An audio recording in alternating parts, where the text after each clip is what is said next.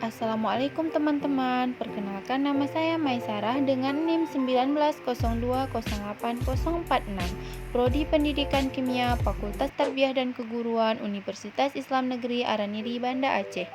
Video ini dilaksanakan untuk memenuhi tugas mata kuliah Kimia Komputasi.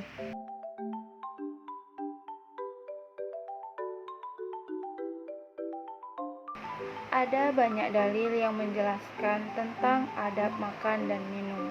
Salah satunya adalah hadis Rasulullah SAW yang artinya sesungguhnya Nabi Muhammad SAW melarang bernapas di dalam gelas atau meniup di dalamnya.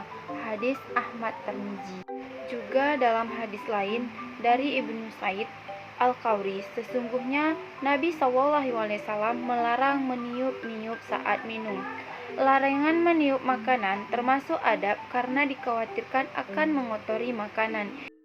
Imam An-Nawawi juga mengatakan, larangan bernapas di dalam gelas ketika minum termasuk adab karena dikhawatirkan akan mengotori air minum atau ada sesuatu yang jatuh dari mulut, hidung, atau semacamnya. Selain mengotori makanan dan minuman, meniup juga dikhawatirkan akan menimbulkan bau yang kurang sedap pada makanan. Ibnu Qayyim juga mengatakan meniup minuman bisa menyebabkan air itu terkena bau yang tidak sedap dari mulut orang yang meniupnya. Nah, dari hadis-hadis tersebut kita dapat mengetahui bahwa di dalam Islam tidak dibenarkan meniup makanan maupun minuman sebelum dikonsumsi. Nah, di sini saya akan menjelaskan sedikit tentang berbahayanya meniup makanan maupun minuman dalam kehidupan sehari-hari. Berbahayakah meniup makanan dan minuman? Meniup makanan dan minuman memiliki dampak buruk bagi kesehatan. Makanan dan minuman mengeluarkan uap air yang disebut H2O.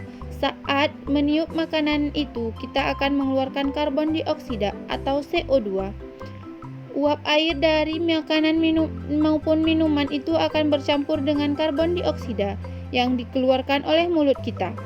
Reaksi menghasilkan asam karbonat yang bersifat asam, maka jika dituliskan akan menjadi H2O tambah CO2 menghasilkan H2CO3. Asam karbonat memiliki potensi untuk menyebabkan penyakit jantung. Semakin tinggi kandungan asam karbonat dalam darah, maka semakin asamlah darah.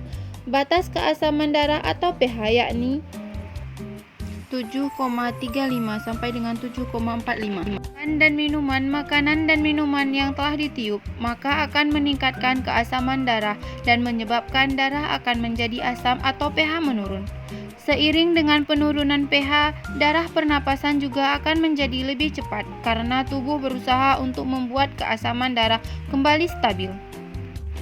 Dengan cara mengurangi jumlah karbon dioksida, tidak hanya pernapasan yang terganggu, tapi juga ginjal bekerja lebih keras mengatasi hal tersebut. Ginjal akan mengeluarkan lebih banyak asam melalui urin.